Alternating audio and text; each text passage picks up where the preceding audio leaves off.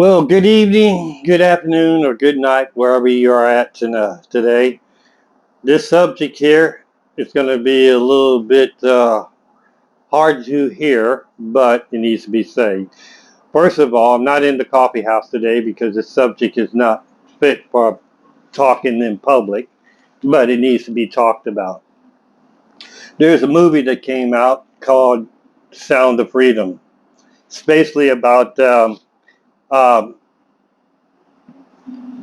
child trafficking, human trafficking, which is one of the most criminal organizations in the world right now. Is passing gun sales and drug sales, and there's all forms of slavery. You know, we talk about slavery from the transatlantic route, from where we brought black people to America. There's the Barbary Coast, where they took white people to Saudi Arabia and the Persian area to be sold. But there's today more slaves in the world than there was in all those years before.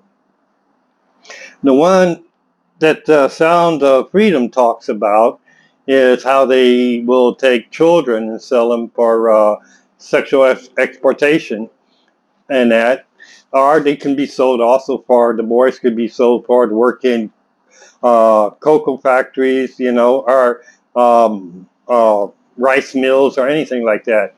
But there's one I want to talk about that happens here in the Philippines, and many people don't know about it, but it's widespread. It's called Utang Nang Loop. I probably butchered the hell out of that, but it's basically child farming. Uh, and it's where you're teaching your child from the minute he's born, him or her, from the minute they are born, that they owe a debt for this life that you gave them. And it's ingrained in them every day. Could you imagine waking up in the morning and hearing, "Good evening, hope you have a wonderful day. Remember that food you ate? I paid for that. You're going to have to pay me back. The shoes on your feet, the clothes on your back, everything is being tallied up. And plus, the debt for me for giving you this life." So you hear this all your life, right? Then you realize, okay, I'm doing what I can. I'm only 10, 11 years old. I'm trying to pay this debt. I might be going out picking fruit out of the forest and selling it to pay for it. That mom's making another kid, dad's making another kid. Soon there's 11, 12 kids you're responsible for. So you're getting time for you to get out of high school. They said, we want you to go to college. No matter what, you're going to go to college. You're going to get a good job. You're going to send all your money back to support me and your both us parents, and then you're going to have to support all your brothers and sisters. And all the stress is on you, right? While you're in school, you meet a guy. He's doing really good in college, right? The guy's trying hard to make a good life for himself. And you two decide you're going to get married. You end up pregnant. He gets cold feet and runs away. You just destroyed that plan of child slavery for your mom, because now she's like, oh my God, this person, your mom and your dad, let's put it that way, you can't go on to college and finish it. So they take your child from you for your sin of breaking this rule. They tell you that you will never refer to your child as son, but as brother. He's just going to be another one of our kids, and they will call me mom. And you will pack your bags, you will go overseas, you will work, and you will send money back. And how long? So there is no time limit, you know. Or maybe when the child reaches 18, he's grown, my debt's paid, right? No. So the child grows up, goes overseas, and starts working, say in the Middle East or Northern Europe or something like that. And it's not a lot of money, but it's probably 3 times more than what she would make, or he would make, either way, here in the Philippines. He sends all the money back. You know, he says, this much money is for your family. This much money is for the mistake that you said I made with this child. And I'm sending some extra money to be put in the bank so I can start a business when I come back. Well, 14 years goes by. They come back. Your first thing you're reminded is you still owe us a debt. You're still alive. This debt ain't paid until you're dead. You're right. You take this debt to your thing. You say, you tell the son, hey, now I'm not really your sister. I'm your brother. You're 18 years old now, and you find out there's no money. That money you send back for a business is all gone, and the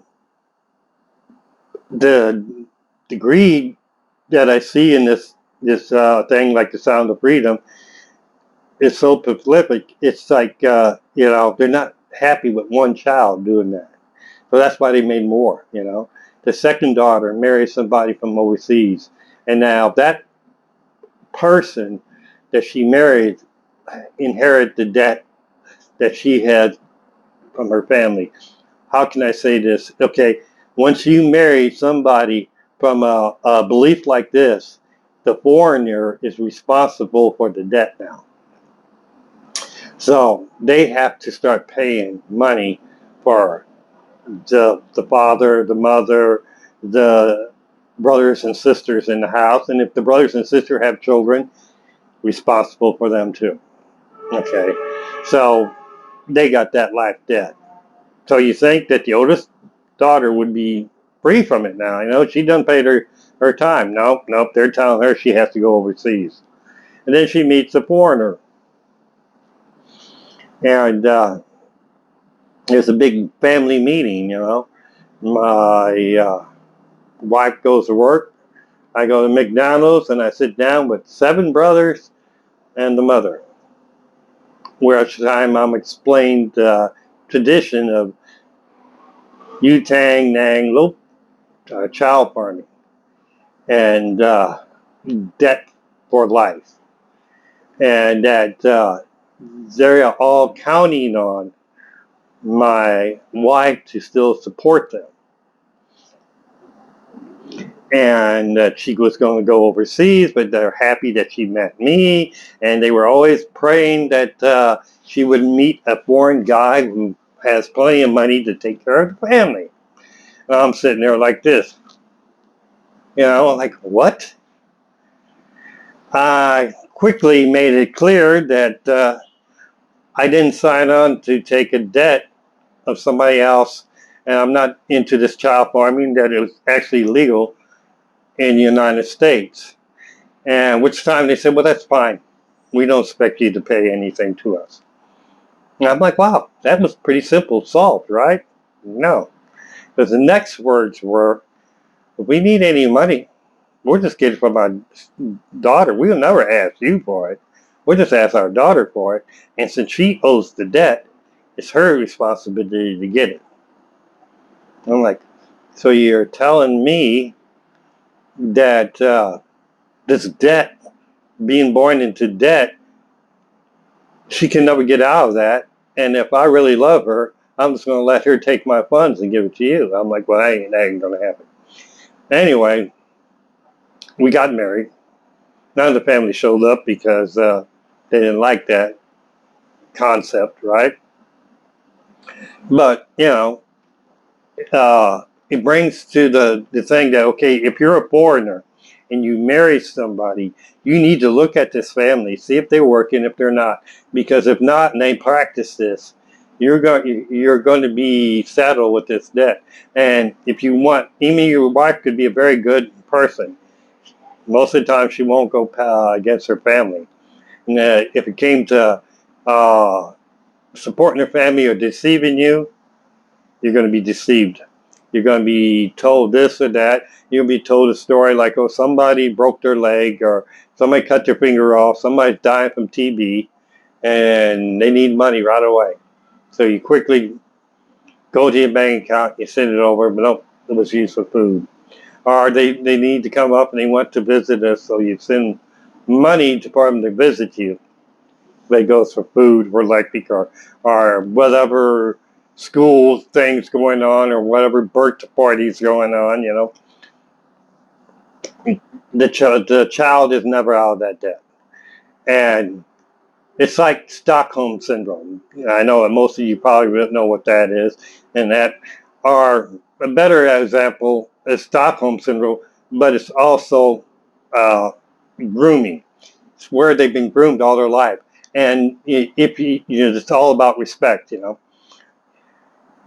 Well, how does a slave respect its master? By complying, right? And that's what this is. This is straight up slavery here in the Philippines. And I'm not picking on the Philippines because there's a lot of other countries that practice this, mostly very undeveloped countries. They rely on their children. And I'll give you a little history of how it started here.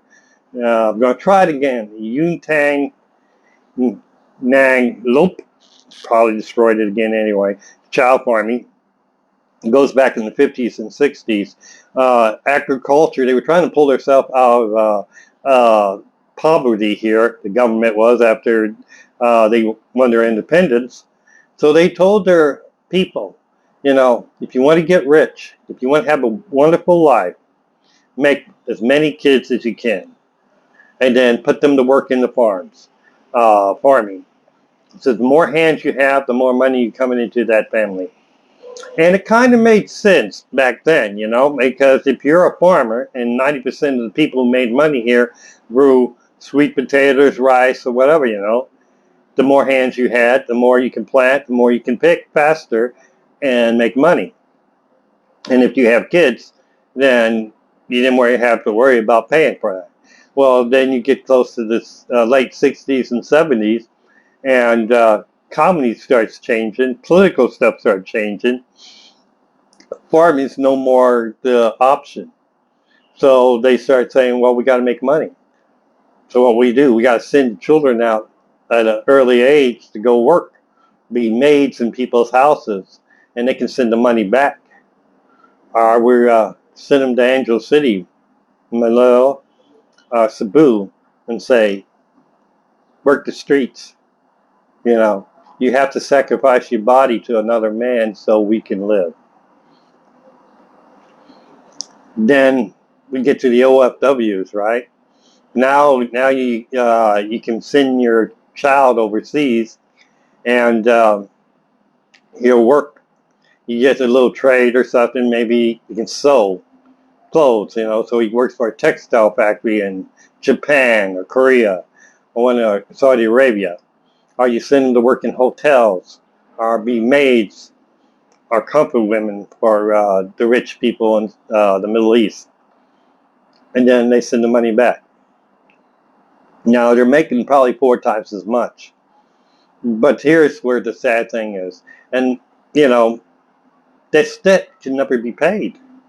How in the world do you expect somebody to spend their life and spend more money, work for more money than it ever costs them to live, and they send it to you, and you still tell them your debt's never paid off until the day you die? And then when you have children, they have to work, and the cycle returns, Okay, you spend all your money there. And if you finally did have kids, right, you're too old to work overseas. And here in the Philippines, in other countries, there's different rules. Basically, after 36 years old, you can't work. So what do? You make kids, you send them over. And the cycle repeats, and the cycle repeats. So I'm going to give you an example. This lady I know, she works in Angel City. She's 46 years old now. She was sent to Angel City just like my in-laws were at 11, 12 years old to work. My in-laws, they got jobs, one working as a gopher, get stuff for construction, while the girl got a job working as a maid, and they met each other, and that's how they got together. But they had to work and send money back to support their family.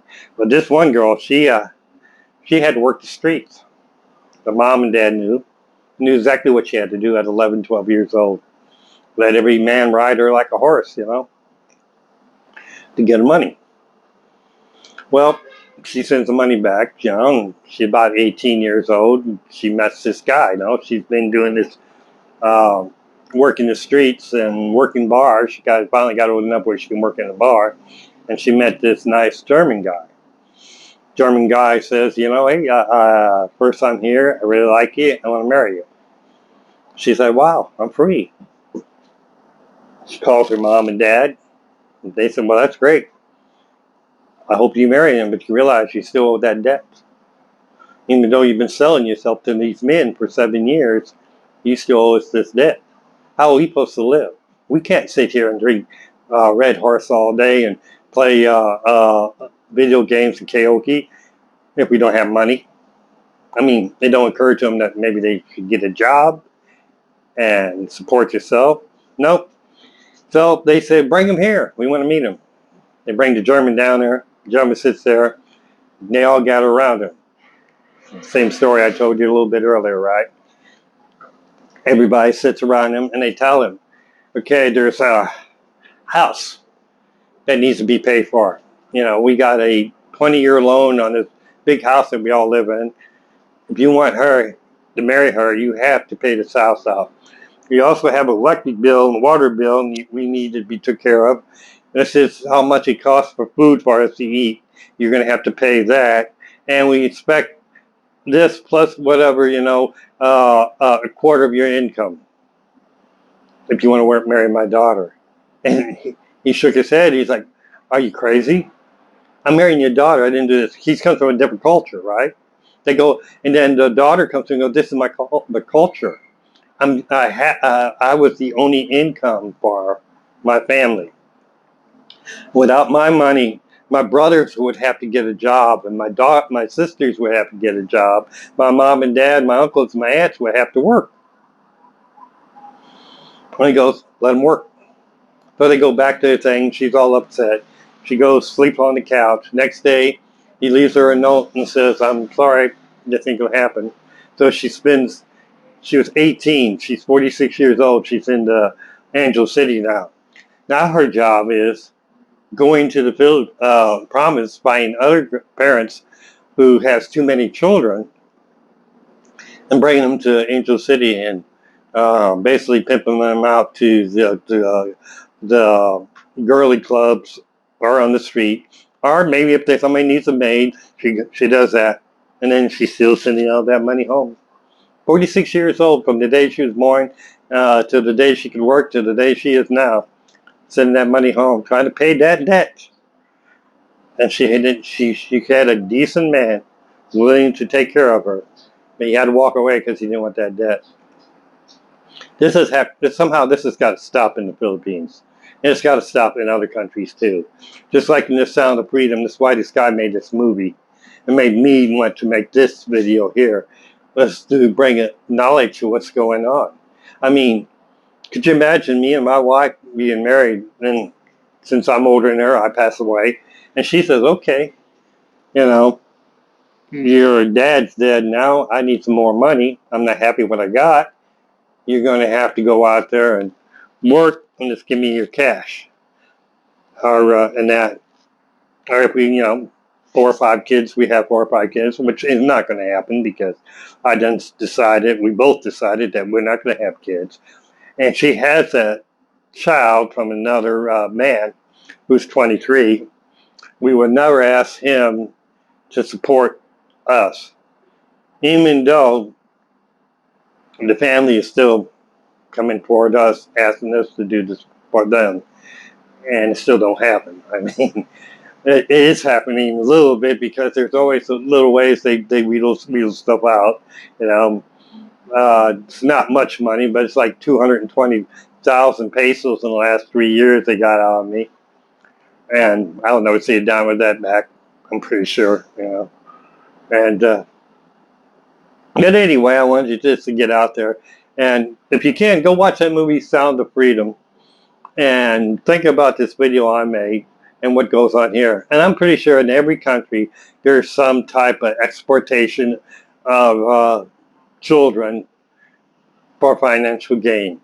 You know, I see it in America where I was working at this restaurant, and across the street there was this lady, and she had about 9, 10 kids sitting out there saying, she was homeless, poor. And I actually knew the woman, because she lives about 5 blocks down in the poorer side of town, and she's not married and she don't have kids. The guy comes in with some money, and he says that he wanted to buy meals for all the kids and the woman. I take his money. I said, okay. I said, also, do you have your telephone number and stuff like that? In case they don't want it, I'll send it back to you. He goes, well, I don't know why they wouldn't want to eat. They're poor and hungry and that. Goes, well, I would prefer to have it from you. Okay. Because I know what's going to happen next. So I get his telephone number and his address. And a few minutes later, the lady comes in without the kids. I said, hi. How you doing, neighbor? She's like, guy came in, he paid for my meal and for the kids' meals. I said, yeah. He goes, I would like the money, please. And I said, no. You want to bring those kids in, your neighbor's kids, and to feed them? That's fine. If not, I'm going to send the money back to them. And she goes, no, that's my money. He goes, I said, no, you don't have kids. You borrowed the neighbor's kids to stand out there and borrow money so you can get cash. And you fool this guy. I said, no, he paid for a meal. He paid for it. Has nothing to do with you. Now, if you want to eat this food and you want these kids to eat the food, bring them in here and sit down. Which time I would also probably call the police on her for a scam, right? She walked out. I sent the money back to the guy. Told him what was going on there, so he was, I don't know if he never responded back to me and stuff like that, but I mailed him back the money and check. But the thing is this, is that the human nature, I guess, always have the bad people out there. And it's up to us to train our children that they're precious and that they should follow the rules that, hey, you know what? Treat people the way you want to be treated. If you don't want to be a slave, don't make another person a slave. Don't enslave your children, You want your children to grow up to praise your name. Not say, oh, I'm so sad. I'm starving because my family, this person did this. That brings your name down. It brings your family down. How do you want to be remembered growing, when you pass away? Do you want to be remembered as the person who used his 14 children to better his life and made their life horrible, and their children? Or do you want to be the Abraham, the father of a nation that surpassed each other, Well, anyway, this is Hot Cup of Joe coming from a different location. And I'll probably come up with another topic I'm wanting to talk about. But for now, I'll talk to you later.